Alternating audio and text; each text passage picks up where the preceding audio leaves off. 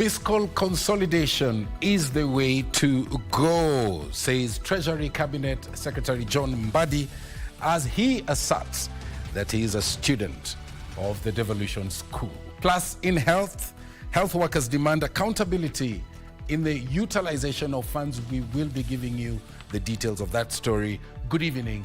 It's 9 p.m. East African time. As we are going on air, here's a look at our top stories tonight.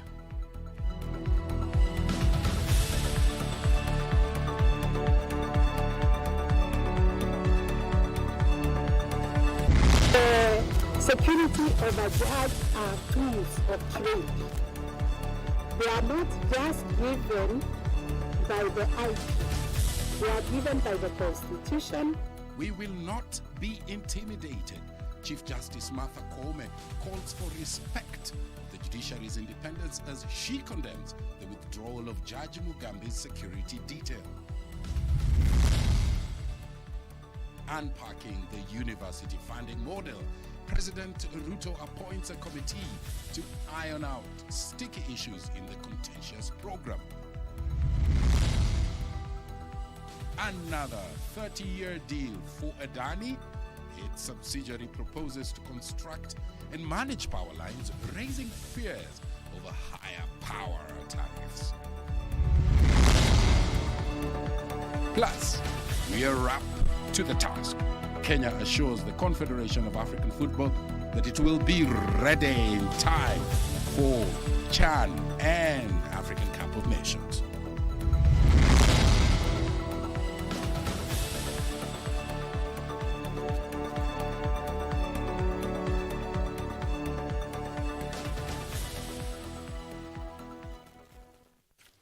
It's a comprehensive one tonight, and our sign language interpreter is Anne Wangeshi. Our socials at KBC Channel 1. Let's start this bulletin with that story that has been on the lips of many about the university funding model, and President William Ruto has appointed a technical team to review the new university funding model that has run into headwinds after students termed it expensive and discriminatory. The 129-member committee, chaired by Professor Japheth Misheni Ntiba, will review and refine the funding model, the eligibility bands for allocation of scholarships and loans, the structure of student loans, as well as the cost of university academic programs. Tilio Marco is the one opening our coverage tonight with that story on the university funding model. Following the recent strong opposition from various stakeholders against the new funding model for higher education that left out many needy students, the head of state, through a Gazette notice published on Monday, directed the establishment of the National Working Committee on Review of the new university education funding model. Professor Japheth Ntiba will chair the 129-member committee comprising representatives of university students and professionals distributed in 4 work streams. Professor Karuti Kanyinga will chair the workstream to review and refine the new funding model for universities and TVETs. The workstream on appeals arising from the categorization of students into various eligibility bands for allocation of scholarships and loans will be chaired by Walubengo Waningilo. The workstream on structure of student loans will be chaired by Robert Oduoro Tieno, while that on the review of the cost of university academic programs will be chaired by Professor Mohamed Rajab. Its specific terms of reference include evaluating the effectiveness of the means testing instrument to ensure the categorization of students captures their socio-economic realities. The committee has 8 weeks from today to conclude the matter, but may have their term extended through a Gazette notice. Tilio Marco for Prime Edition. Now let's look at this story. The Chief Justice Martha Koome is tonight demanding the immediate reinstatement of the security for Judge Lawrence Mugambi by the National Police Service. According to Koome, the judge's security detail was withdrawn over the weekend after he sentenced the Acting Inspector General of Police, Gilbert Masengeli, to 6 months in prison. Ruth Wamboi reports on one of the stories that the CJ says is giving her sleepless nights. The President of the Supreme Court has called out on the National Police Service over an alleged attempt to retaliate against the sentencing of Acting Inspector General of Police, Gilbert Masengeli. The Judicial Service Commission calls upon all state actors, particularly the National Police Service, to immediately restore the security of Honorable Justice Lawrence Mugambi and fulfill their constitutional duty to respect and enforce the decisions of the courts. The President of the Supreme Court has called out on the National Police Service over an alleged attempt to retaliate against the sentencing of Acting Inspector General of Police Gilbert Masengeli. Koome said the decision to withdraw Mugambi's security amounts to intimidation. The security of a judge are tools of trade. They are not just given by the IG. They are given by the Constitution. It is a process that goes through Judicial Service Commission and SRC, and they cannot wake up one morning and just withdraw. Koome's remarks came as the Law Society of Kenya maintains that the independence of the judiciary is the cornerstone of a just society. The LSK strongly condemns this retaliatory measure, which undermines not only the authority of the judiciary but also the constitutional protection granted on all Kenyans. This has never happened before. It's the first time this is happening to a judge. As a law society, we intend to file further proceedings against the said directive and against the said decision to purport to withdraw the security of a judge because it amounts to gross misconduct and abuse of office. Masengeli was sentenced to prison for contempt after repeatedly skipping court summons. On Monday, the Chief Justice decried setbacks, which he said was notoriously slowing the wheels of justice. Now, when you hear the ICT budget is cut to zero, our servers are getting old and tired because of too many cases being filed, and we cannot be able to renew those servers. That, dear friends, keeps me awake at night. On Monday, the Chief Justice decried setbacks which he said were notoriously slowing the wheels of justice. Koome's remarks came months after the fatal shooting of a magistrate at the Makadara Law Courts. With Chief Justice Martha Koome now citing that the move is a direct assault to judicial independence, Koome urges parties, if dissatisfied with their judicial decision, they should appeal to the highest court. Ruth Mboya reporting from the Supreme Court of Kenya. Now, the government ambitious program to clean up the Nairobi River will kick off on the 1st of October 2024. President William Ruto says that 20,000 youth will be engaged in phase 1 of the program and that they will be tasked with planting trees along the river, collecting garbage and undertaking repairs within the city roads.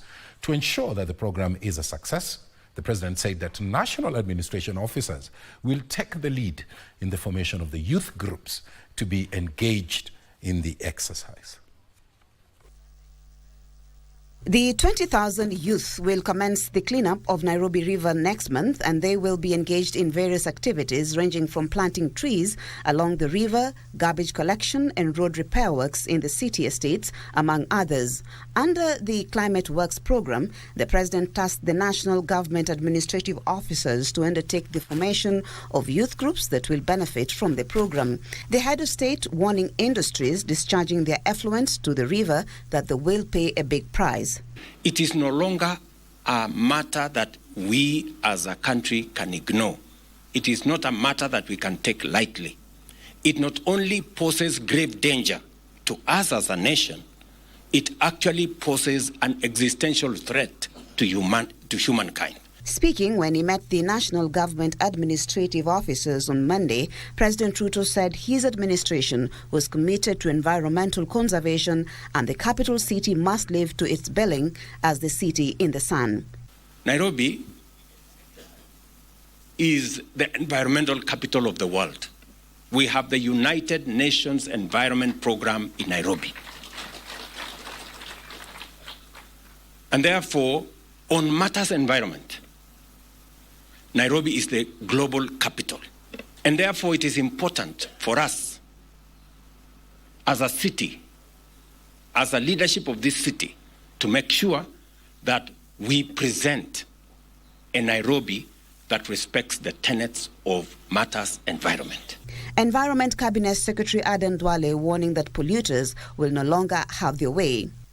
The biggest polluters of Nairobi River, Your Excellency, and when you are in Korokocho, you have sent them.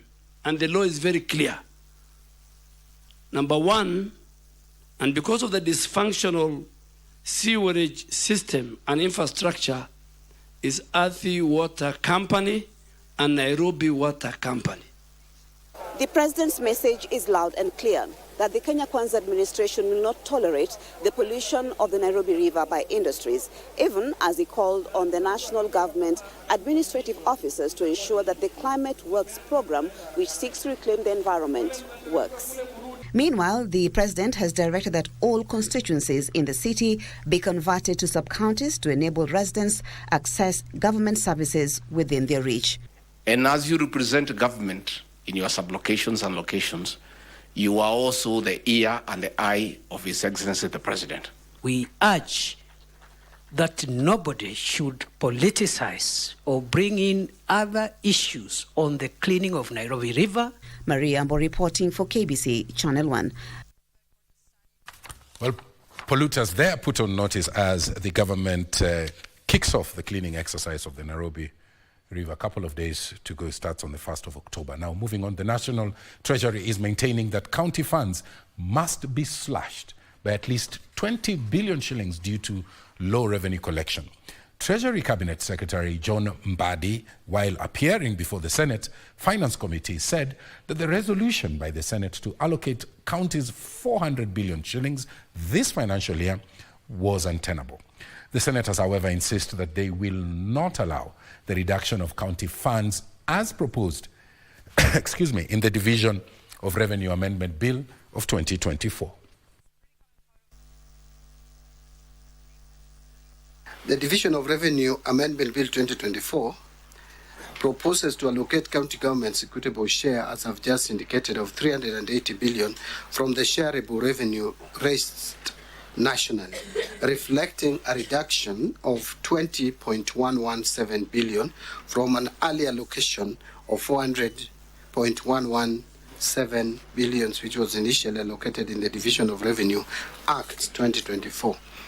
This was occasioned by the fact that the projected revenue raised nationally for the financial year 2024-25 dropped significantly by 346 billion. And when I talk of dropping, it's estimates. These are projections. What wisdom was put in place that justifies the tweet? Because it's still not justifiable. Does it mean now we dismiss all the CHPs? Why is it so easy to make a decision to slash funds for county governments, and you find it difficult to tell members of the National Assembly to equally slash CDF? What is the scientific explanation of the 20 billion? Is it an arbitrary number, and then there's a laundry list that is a wish list that each counties will then go and navigate through their discretionary expenses to match that gap? Or is it just a number that came from some inspiration? I know we need to protect our counties, and I am in that school. But again, to protect the counties in the long run, we need to have fiscal consolidation. Because without that, we may imagine that we are protecting counties, and yet in the long run, everybody else will not be protected, whether counties or national government. Now, there's a health item here now. Health Care Workers Union have called for accountability and transparency in the utilization of funds by multinational companies mandated to supply medical equipment to Kenyan health facilities under the Medical Equipment Leasing Project. Speaking in Nairobi during a forum bringing together stakeholders in the health sector, the union, led by Kenya Medical Practitioners, Pharmacists and Dentist Union, also underscored the need to invest in frontline health workforce for maximum delivery of service to the citizenry. Our government should be investing in our frontline health workforce and in a functional healthcare system. It is important that the government be able to account for each shilling that Kenyan taxpayers pay. It is important for the government to ensure that when we're talking about the universal health care, then the public health facilities are able to function. On to some politics now. A section of Mount Kenya leaders are calling on Interior Cabinet Secretary Kipruto Kindiki to focus on unlocking government development projects in the region and to ignore politics that would derail the agenda. The leaders who spoke at the opening of Kihara Police Station in Kiambaa constituency said it's time to deliver election promises. Kindiki, who was recently endorsed by a section of the region's leaders as suitable linkage between them and the executive, however, said his ministry's engagement with other ministries will be development-oriented, devoid of politics. I'm very happy today kuangalia hiyo police station, na sisi hiyo mambo ingine ya siasa hatuhusiki. Wakati wa siasa ukifika, mambo ya siasa itaendelea. We have seen a leader who is focused and a leader who will not be mixed up in the current day politics where people want to mobilize on the basis of ethnicity for their own selfish and parochial interests. Wewe ukiongea kuhusu wewe mwenyewe, wewe ni mtu wa maendeleo. Now, over 1.16 million Kenyans have registered for the Social Health Authority ahead of the rollout of social health insurance and the digitization of healthcare services on the 1st of October 2024. Health Cabinet Secretary Dr. Deborah Mulongo, who launched the Master Trainer training for the health provider portal, says that it is all systems go, even as she indicated that a few pending issues will be sorted out in due course. The health provider portal, a component of the digital health superhighway, aims to improve healthcare delivery and also to manage healthcare products more effectively. Thank you very much. Kenyans who will have registered with the Social Health Authority will start enjoying medical services under the new health scheme at health facilities from October 1st, 2024. The 3-month registration window, which was to pave way for the transition from the National Health Insurance Fund to the Social Health Authority, ends on September 30th. Those who are registered and they want to go to hospital, they will receive treatment or services under the SHAB benefits. So it is good to register so that you are known.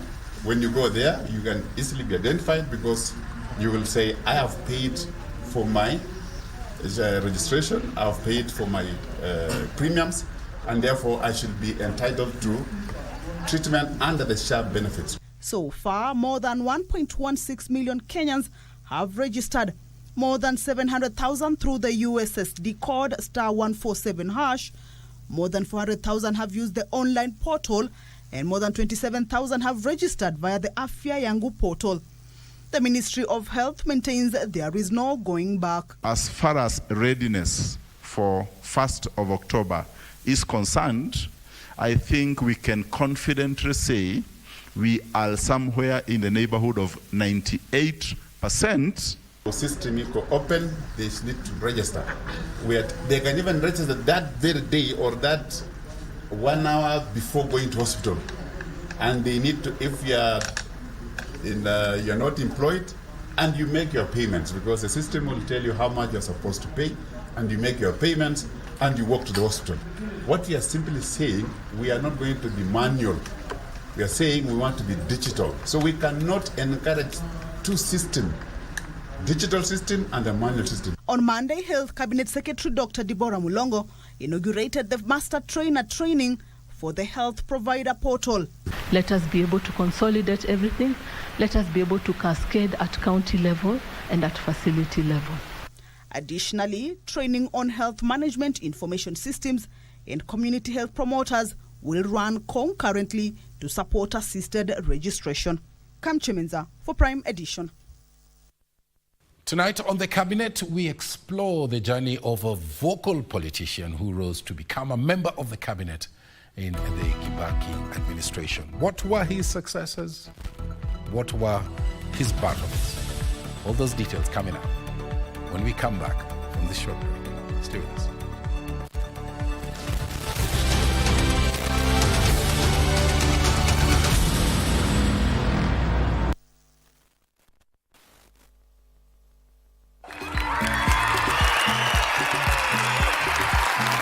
officially the draw date ya master player ni tarehe 6 mwezi wa Oktoba. Zidi kucheza, jaza tiketi zako ikiwa ni *570# option 400. Tucheze, tusaidie, tushinde!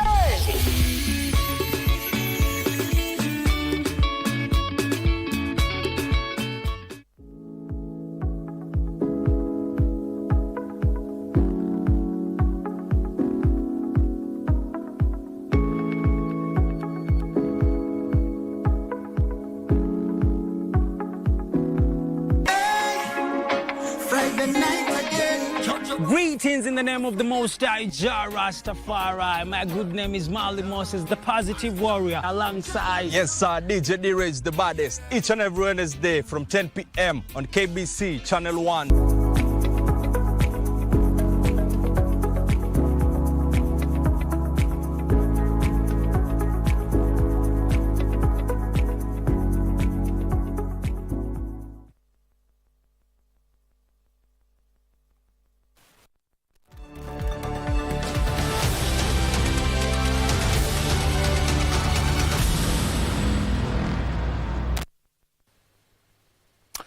Welcome back to KBC Prime Edition, our socials at KBC Channel 1. Talk to us. Let us know what your thoughts are.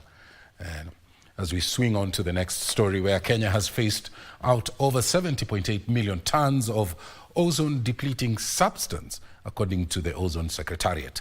While marking the World Ozone Day, the Ministry of Environment affirmed the government's commitment to the 1987 Montreal Protocol and the Kigali Amendment in ensuing compliance with obligations to phase out hydrochlorofluorocarbons and on course to meet the 67.5% reduction target by the year 2025. Kenya joined the world in celebrating World Ozone Day, marked every 16th of September since 1994, upon its proclamation by the United Nations General Assembly for the preservation of the ozone layer. It also marks the date nations signed the 1987 Montreal Protocol on substances that deplete the ozone layer. The Montreal Protocol is recognized to be one of the most successful multilateral environmental agreements because it has managed to phase out 99% of ozone-depleting substances up to today.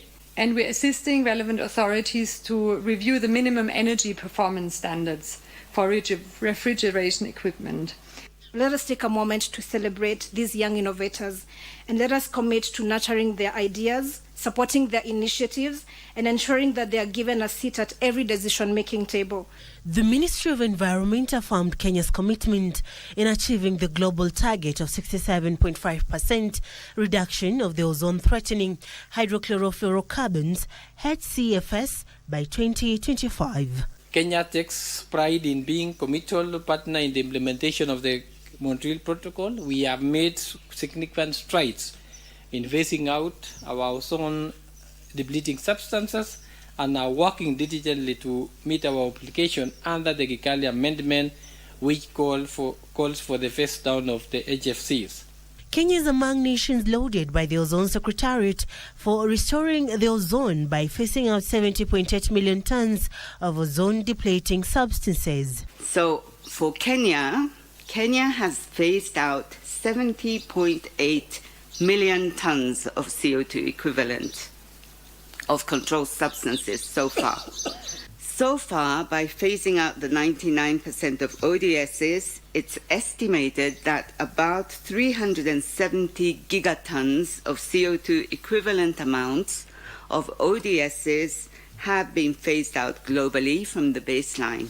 The Ministry of Environment has also put in place ozone-depleting substances regulations and licensing systems to clamp on import and export of controlled substances through licensing, import permits, and quota allocations. Through continuous monitoring, we can make informed decisions, enforce regulations, and implement strategies to reduce pollutants that harm both the ozone layer and public health. Support use of sustainable products that are environmentally friendly and do not contain harmful chemicals. The more it continues, the worse it affects our wildlife. Serafin Nairobi for Prime Edition. Now let's go to Mombasa, where 163 suspects believed to be involved in criminal activities in Mombasa Central Business District have been arrested following a raid of their hideout over the weekend. The security operation was conducted by a multi-agency team comprising of the National Police Service and also the Mombasa County Enforcement Officers. The arrests follow a surge in cases of muggings and attacks in the Mombasa CBD. Here's a report. 2 weeks after the Acting Inspector General of Police Gilbert Masengeli vowed to crack down on the rising crime in Mombasa County, security agencies in the region have apprehended dozens of suspects. On Saturday night, we did an operation, 2 operations. One was spearheaded by officers from Makupa Police Station, where we managed to arrest 24 criminals. Then the second operation, we have managed to arrest 75 criminals. The last operation we did last night, which was carried out by the same officers, and we managed to arrest 64 criminals at night. The weekend arrests in Mombasa Central Business District came as CCTV footage surfaced showing youths armed with pangas and knives, alighting from a motorcycle before attacking and robbing unsuspecting civilians in broad daylight. The videos have sparked outrage from residents. Nataka kuambia IG kwamba transfer all the security officers in Mombasa County kwa sababu inaonekana wamezembea. Wanasema wanakamata watu lakini bado uhuni ule ugaidi ule wa mapanga na marungu unaendelea hapa Mombasa. Polisi wazidishe bidii kuweka ulinzi hasa mitaani hapa mitaani na wafuatilize hizo kamera. Manake vijana waliomfanyia mwenzao kumuibia na mapanga wanaonekana paka kwa simu. Wasieke wakapuuza mambo kama hayo. Mombasa Deputy County Commissioner Ahmed Mahmoud assured residents of their safety. We are approaching December, the festive season, that the people will be so many people will be visiting Mombasa for holidays, for what? Both foreigners and the locals. So we need the Mombasa to be safe. And we are assuring the people that we are going to make the Mombasa safe. The security operation was conducted in Majengo, Mumbetayari, Makadara, Mbaraki, Mamangina, Old Town and Buxton areas. Residents have been urged to report any suspicious activities and provide information that could lead to the arrest of criminals. For Prime Edition, I'm Abdulaziz Abeid. Tonight on the Cabinet, we explore the political journey of Kipruto Arap Kirwa. Kipruto Arap Kirwa was a vocal politician who would rise to become a member of the Cabinet during the regime of President Mwai Kibaki. What were his successes? What were his battles? Jackie Wambiru takes us through.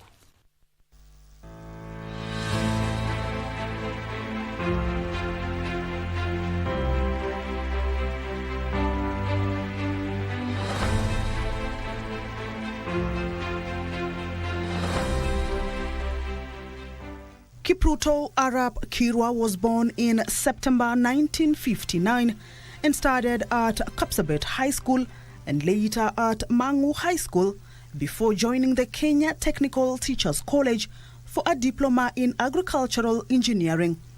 He later joined the Jomo Kenyatta University of Agriculture and Technology for a degree in agricultural engineering.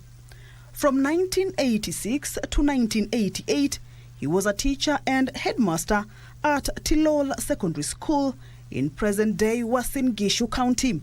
He also holds a Master of Science in Applied Management and Leadership from the Management University of Africa and a Master of Arts in International Studies from the University of Nairobi. He pursued a doctorate degree in International Studies at the University of Nairobi. His entry into Parliament in 1990 came through a by-election when John Kirwa Rotich, who had won the seat in 1988, had his election nullified in court after the long-time holder of the seat, Masinde Muliro, lodged an election petition. In Parliament, Kirwa had a knack for speaking his mind on matters affecting his Cherangani constituency, which he represented for nearly 2 decades. He championed the rights of his people, whose main economic mainstay was agriculture, to access better markets for their produce. He also opposed the dumping of cheap imported grains, which depressed prices, especially during harvest season. From 1998 to 2002, Kirwa served as Agriculture Assistant Minister in President Daniel Arap Moi's government. By 2000, Kirwa had decamped from KANU to the opposition, becoming an important cog in the wheel that was the National Alliance Party of Kenya, NAK. He worked closely with Mwai Kibaki behind the scenes to shape NAK into a formidable coalition that brought together Kibaki's Democratic Party, DP, Ford Kenya, led by Kijana Wamalwa, and Charity Ngilu's National Party of Kenya. Kirwa won the Cherangani parliamentary seat in 2002 on a Ford Kenya NAK ticket. In 2003, President Mwai Kibaki appointed Kipruto Arap Kirwa to the agriculture docket, where he served until 2007. He was vanquished in 2007 by Joshua Kutunyi, who vied on an Orange Democratic Movement Party ticket. Even after his loss in 2007, President Mwai Kibaki appointed him the Intergovernmental Authority on Development, IGAD Special Envoy to Somalia, Peace and National Reconciliation, where he served between 2008 and 2012. In 2013, he contested the Trans Nzoia Senate seat on a new Ford Kenya ticket and lost to Ford Kenya's Henry Ole Ndiema. In January 2017, Kirwa moved to Musalia Mudavadi's Amani National Congress and became the party's deputy leader. In that year's election, he emerged third in his second bid for the Trans Nzoia Senate seat that was won by Jubilee's Michael Mbito.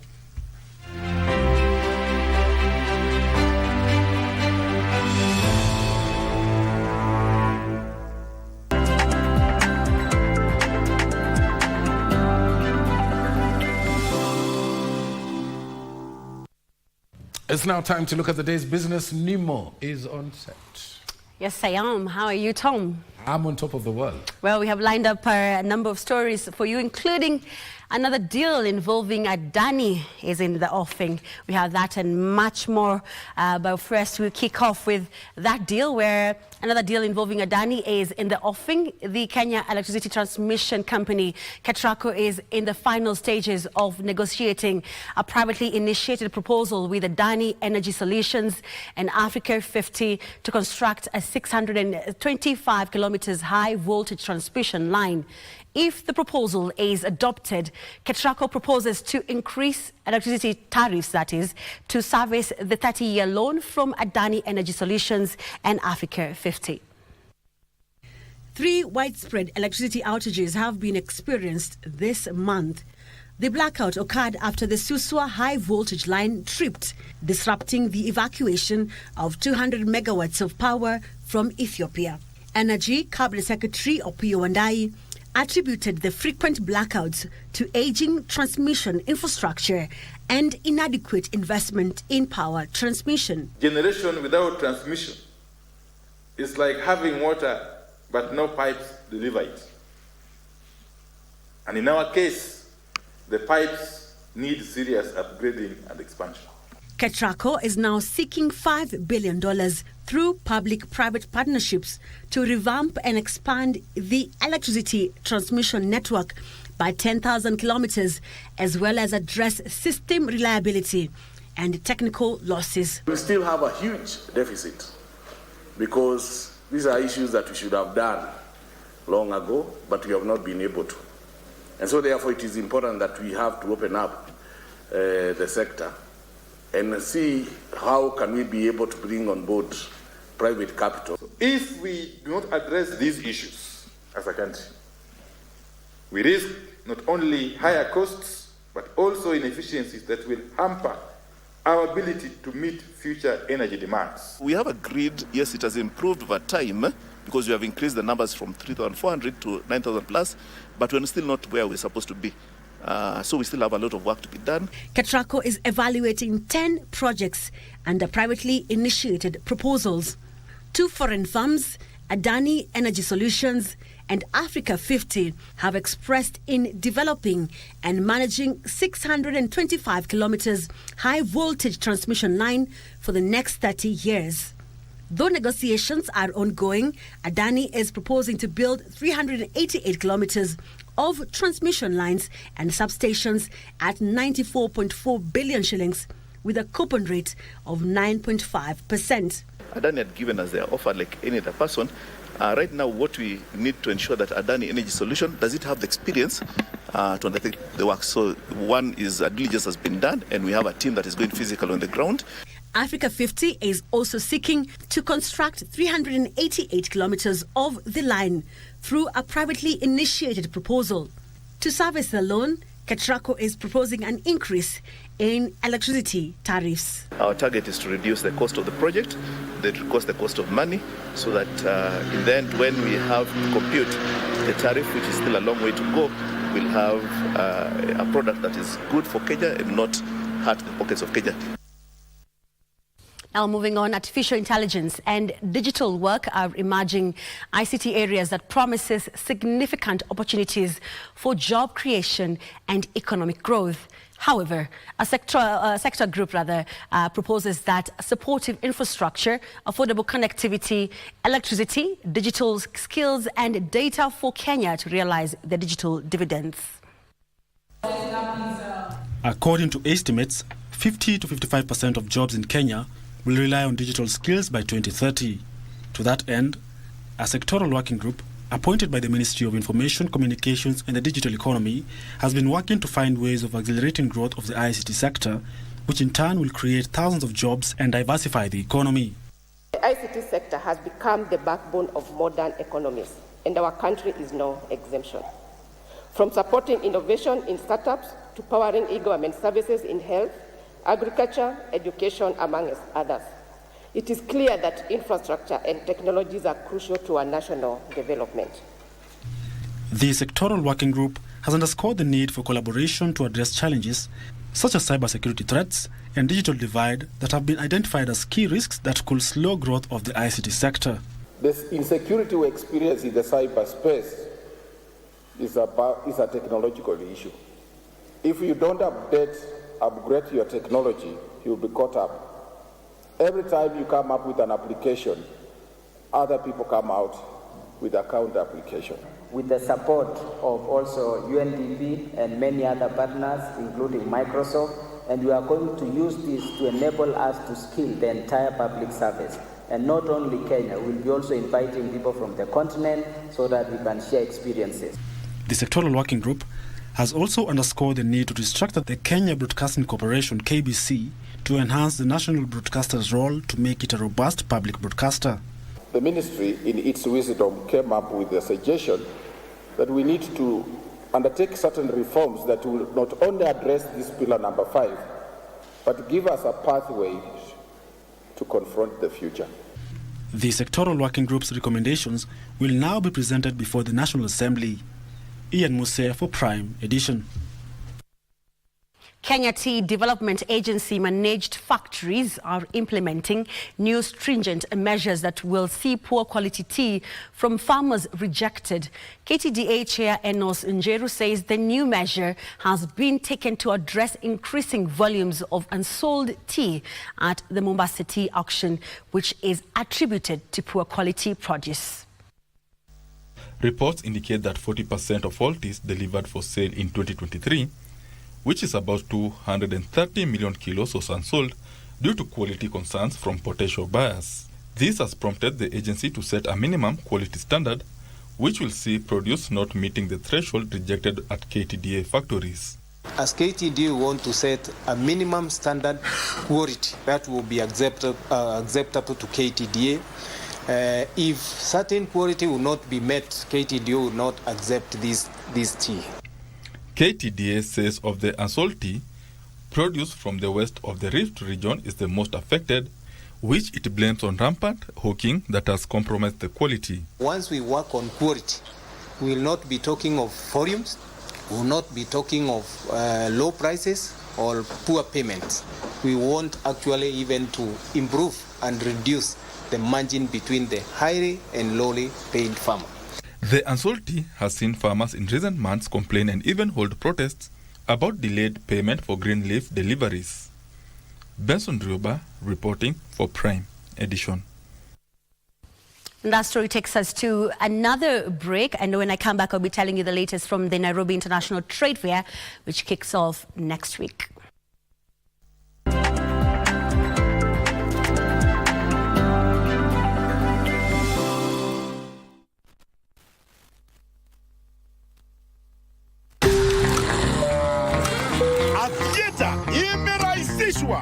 Sasa kuna njia mpya na rahisi ya kucheza avieta. Dial *419# kwenye simu yako na ucheze wakati wowote.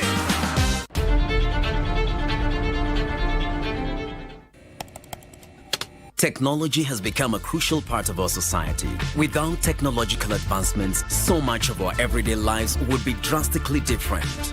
As technology develops, it strives to fulfill the changing needs of society. This means that technology exists to help us achieve the things that we wouldn't be able to achieve without it. Take on Tech looks at the advantages and downside of technological innovation in a world that is becoming increasingly dependent on new digital technologies. Every Monday at 10:30 p.m.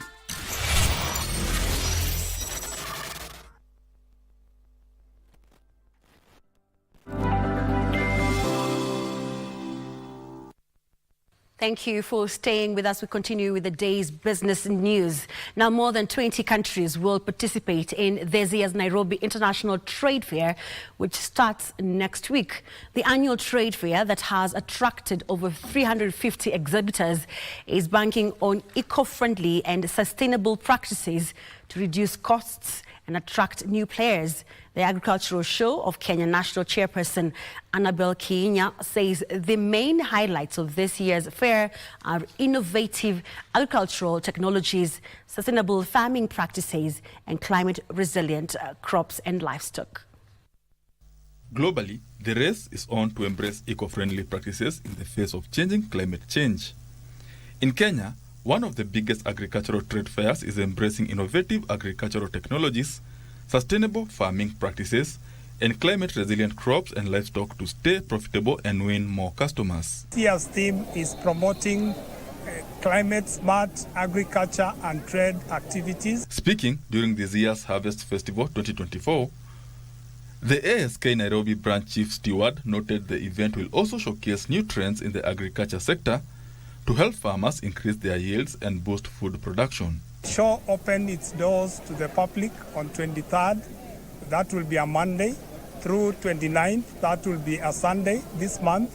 We are having a lot of challenges with climate change, and out of this, you can be able to invite the extension service providers and the farmers to come and learn what different stakeholders within the agriculture sectors are coping with these challenges. The Harvest Festival event, which is held annually, seeks to give back to the community while celebrating Kenya's rich agricultural heritage.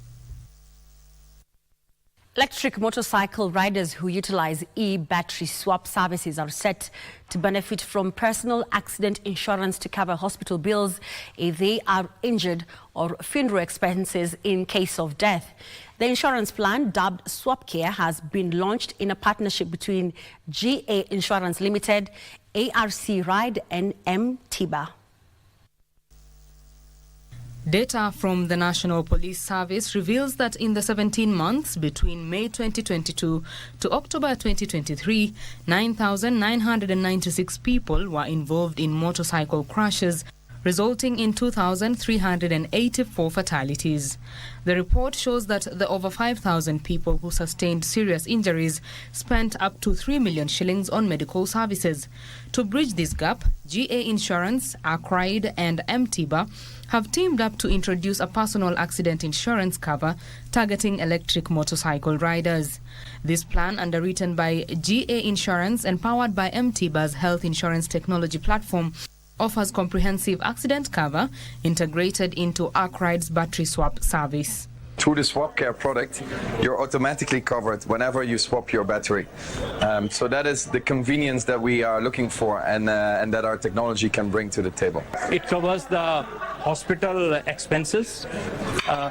In Boda Boda, very important that if the person is injured and out of business for a few days, we also provide a cash benefit daily. In the unfortunate event of an accident, the plan provides the financial coverage for hospital bills, meaning out-of-pocket payments are not necessary. Hospitalized riders will receive cash compensation for lost income, and in the tragic case of death, funeral expenses are covered. Is that we've integrated personal injury cover to one of our battery swaps. So now one of our riders, if you paid a 299 shillings for your 80 to 100 kilometer ride, if you have an unfortunate accident, you'll be covered. The insurance that you have bring to us right now will help us so much to cater for any accident you get on the road. You can go to the hospital and then we get treated. The Kenya Demographic and Health Survey says that only 26% of the population currently has health insurance, with coverage heavily concentrated among wealthier demographics. Betty Kiptum, Prime Edition. And that story by Betty brings us to a close on when it comes to business news. But I'll hand you over to Tom with the day's stories. Of course, you'll be looking at the counties. And that is it from me. My name is Wairimu Jenga. Thanks, Nemo. Very well. 10 passengers, including one crew member, narrowly escaped death when their plane crashed during takeoff at Lichota airstrip in Migori County. The incident, which took place around midday Monday, involved an aircraft operated by Z. Boscovich Air Charters Limited. Details of these and other stories making headlines in our county news roundup next.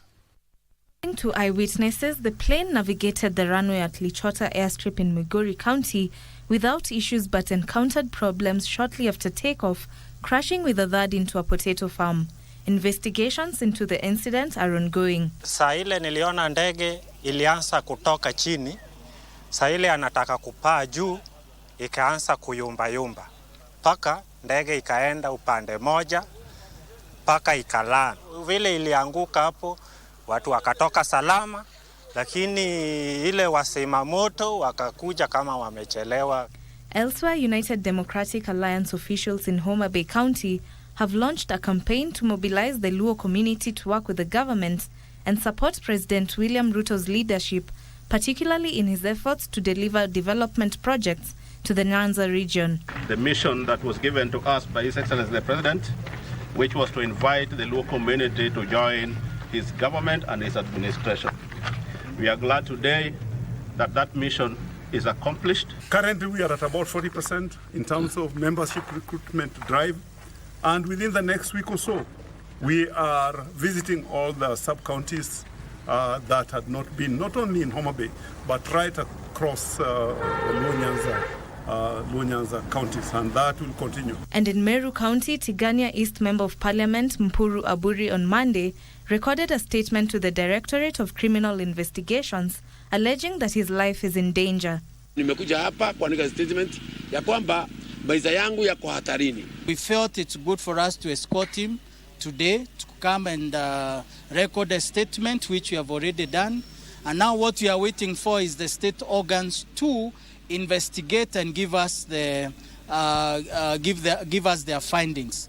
Meanwhile, a section of youths from Tharaka Nithi, Embu and Meru counties has endorsed Interior Cabinet Secretary Professor Kithure Kindiki as the political leader of Mount Kenya region.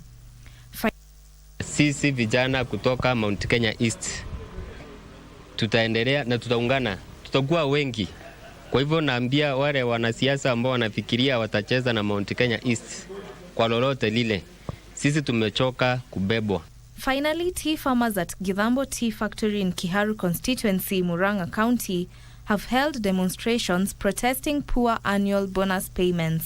Wakatuambia vizuri sana, ate pesa ikitolewa kila kitu ni 56 shillings. They have done 3/4 ya 9 months. 3/4 ya 9 months ilikuwa 56 shillings. Tunataka kitu moja na hii hatuachili. Tulipwe quarter 3 na shilingi 56. Then from there, hii majani tulichuna miezi 3, tuambio ililete pesa gapi? Tulipwe na hiyo. For Prime Edition, I'm Christine Matunda.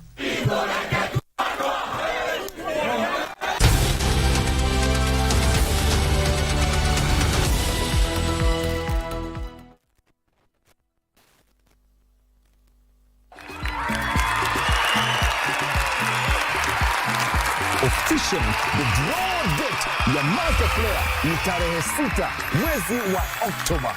Zidi kucheza, jaza tiketi zako ikiwa ni *570 hash. Option ni ya 4. Tucheze, tusaidie, tushinde!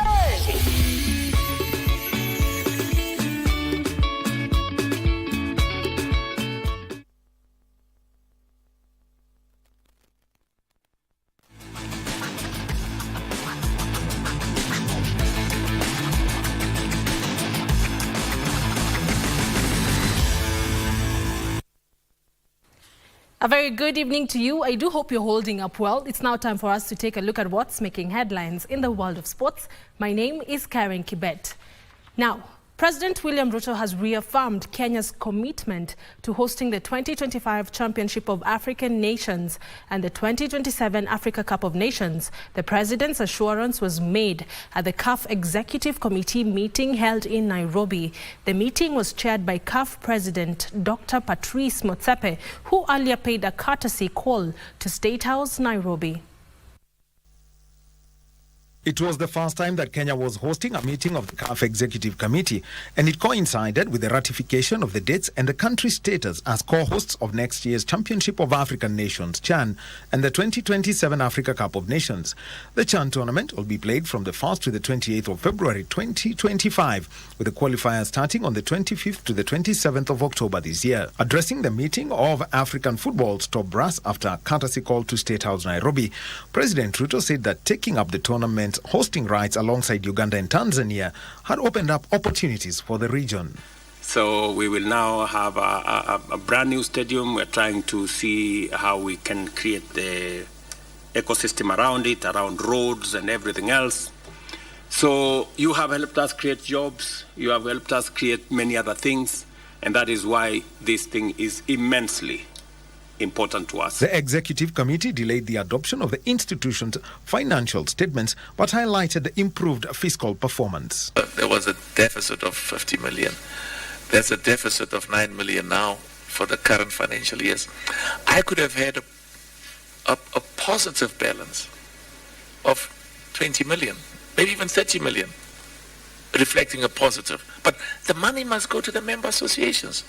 The Exco also announced that Ethiopia will host the next Ordinary Congress in late October this year, replacing the Democratic Republic of Congo, which is dealing with an Mpox outbreak. And we will find opportunities in future to make sure that events of CAF take place in a very talented country with very talented people.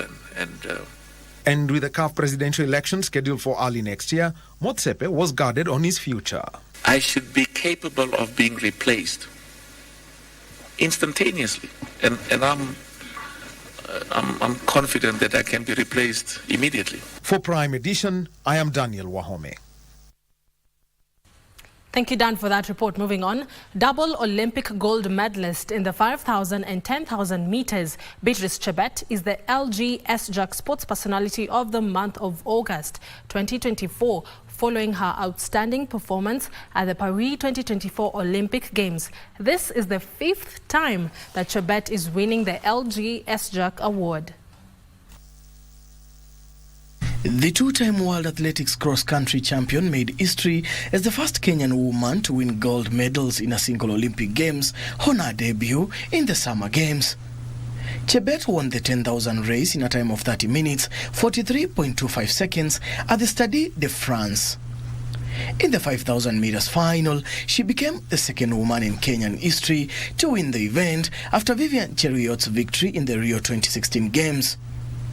Chebet took the 5,000 meters top honors in 14 minutes, 28.56 seconds in a dramatic race that saw three-time 1500 Olympic champion Faith Kipyegon disqualified and later reinstated to bag silver. The season have been good. The 2024 season have been good for me. It was amazing here after World Cross Country until now winning a Diamond League trophy. We are very, very proud that this is a reality. As LG, again, very proud to award her again and again. The other nominees for the award included Emmanuel Wanyonyi, who won Kenya's 5th consecutive gold medal in the 800 meters Olympic race, and KCB Rugby halfback Emmanuel Opondo, who played an attractive role as the Bankers won their 3rd consecutive Kabeberi Sevens title, among other nominees. For Prime Edition Sports, I'm Daniel Mwendwa. Thank you, Mwendo, for that report. Kenya Harlequins RFC are the overall winners of the 2nd edition of the SportPesa National Sevens Circuit, which concluded with the Prinsloo Sevens at the Nakuru Athletic Club. The victory saw Kenya Harlequins pocket 300,000 Kenya shillings. Queens sailed through after accumulating a total of 110 points to lead the standings, followed by Cabras Sugar with 105 points and former title holders KCB, who placed 3rd with 94 points. This is our 2nd year sponsorship of the SportPesa 7 circuit. We have partnered with the DBA, SportPesa and DBA, and we identify, we empower, and we make an impact to the young people in this community of ours. After they were bundled out of the main cup quarter-final by Nondis in their first match of the day. I think as the title partner, 2 years in a row, I think the game has grown. The impact of SportPesa in the National Sevens Circuit has been felt. And the SportPesa Sevens has been great. I think the first year it gave a rebirth to the Shujaa team that went ahead to book their slot at the Olympics. Went ahead again to also qualify for the Olympics. In the second year, I think coupled with Tujiamini, we've seen greater strides come into the game. I think the place of SportPesa in growing and developing sports in the country has really been felt. In the women's event, Impala Queens beat Mwamba Ladies 33-0 to win the ladies tournament as Nakuru Ladies finished 3rd. And for the fans, I think they can be guaranteed that as SportPesa also sponsors the Shujaa, going back into the HSBC series, they can see a lot more competitiveness with some of the talent that will have been scattered from the SportPesa Sevens. Congratulations, Kenya Harlequins and Impala Queens. Motocross trainer Andre Diaden has concluded his tour of Kenya after a 3-day training course of Kenya's off-road motorcycling sport instructors and coaches at the Jamhuri MX Track. The program focused on enhancing the level of training and skill development of women in the sport, both as trainers and riders. Diaden will now tour Uganda to conduct a similar training as part of a program that will see several African nations receive the same training under the initiative. This training was conducted after the MXGP Academy held in Kenya at the beginning of August.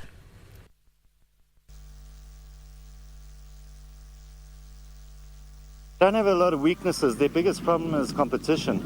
I believe some of these riders could easily come down to South Africa and be as good as our riders down there. They really do have the talent, the work ethic, the style, the form, the techniques. The only thing they're lacking is competition and exposure. And so my job is going quite well because I'm trying to connect them to be close to the best in the country, the best in Africa.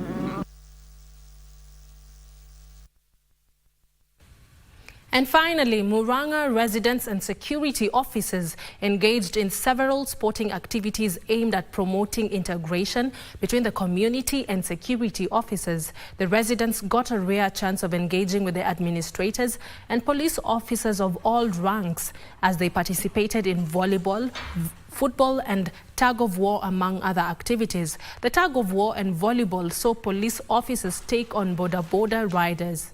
Ahadi Kenya CEO Stanley Kamau, who sponsored the event, said the event was designed to bring the public closer to the law enforcement units. We have had so many cases where the community look at the police as enemies, they look at the police as heartless, they look at the police as people who do not even have families. But today we are here to tell the communities that police are just people like us, they are human beings, they feel pain, they have emotions, and they have all that it takes to be a human being. Nimefurahia sana kuona tumerudia mahali tulikuwa kitambo. Kuna siku kila wakati Sundays kulikuwa na michezo, kulikuwa na sports, kulikuwa na soka, kulikuwa na volleyball. Watu walikuwa wakiwa busy, wanakuja hapa stage, hapa kwa uwanja wanaangalia michezo.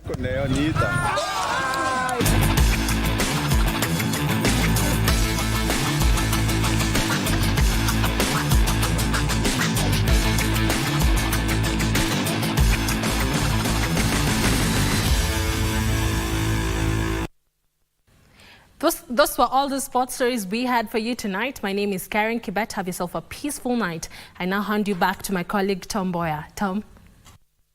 Thank you very much, Karen Kibet, for that sporty update, and congratulations to Karen Kibet for winning the Music Video Award Africa, the Female TV Personality of the Year 2024. We're proud of you, Karen Kibet. Good job. I'm aware that you also have some awards to your name in South Africa and Zambia, so well done, and keep. Let me also thank Anne Wangeshi, our sign language interpreter. Good job as well. And Wairimu Njenga for bringing us the day's business on the day that the Chief Justice called for respect of the judiciary's independence and condemned the withdrawal of Judge Mugambe's security detail. My name is Tom Mboya. Good night from Nairobi, Kenya. See you tomorrow. Bye-bye.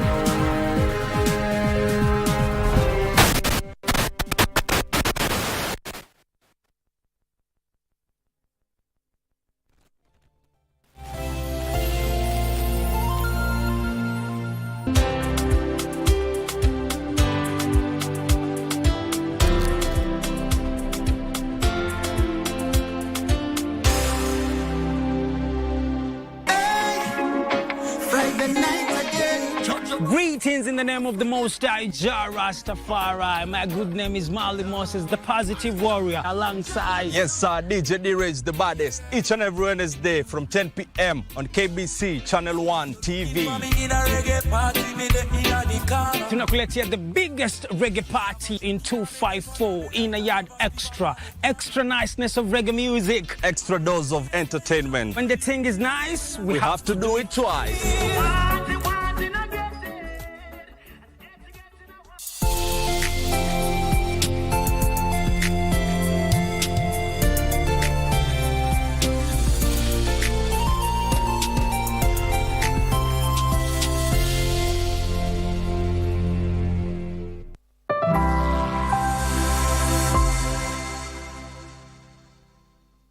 Cheza wimbo wetu, cheza wimbo wetu, ukinihitaji we icheze wakati wowote. Hi, this is Keithan and you are watching Grapevine. Stay tuned. Cheers.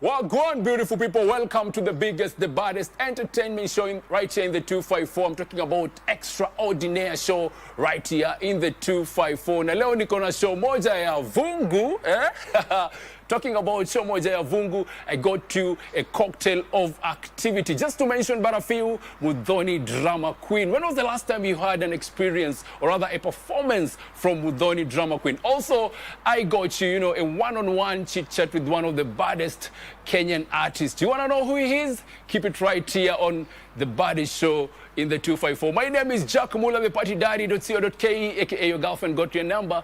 And this is Grapevine. Bang. What you gotta do?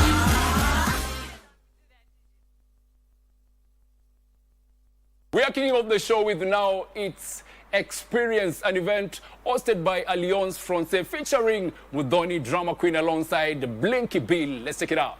Hey.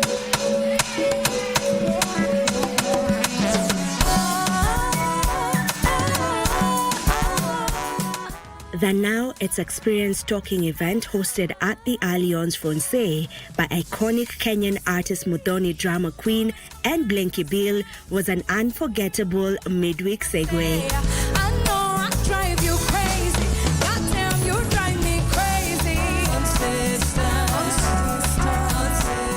Despite being held on a Wednesday, the atmosphere, turnout and energy was so electric you'd think it's a weekend party.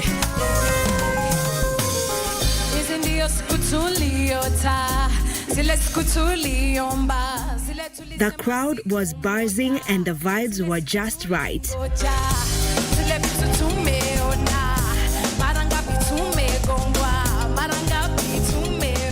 The live band brought everything to life. Every element was spot on.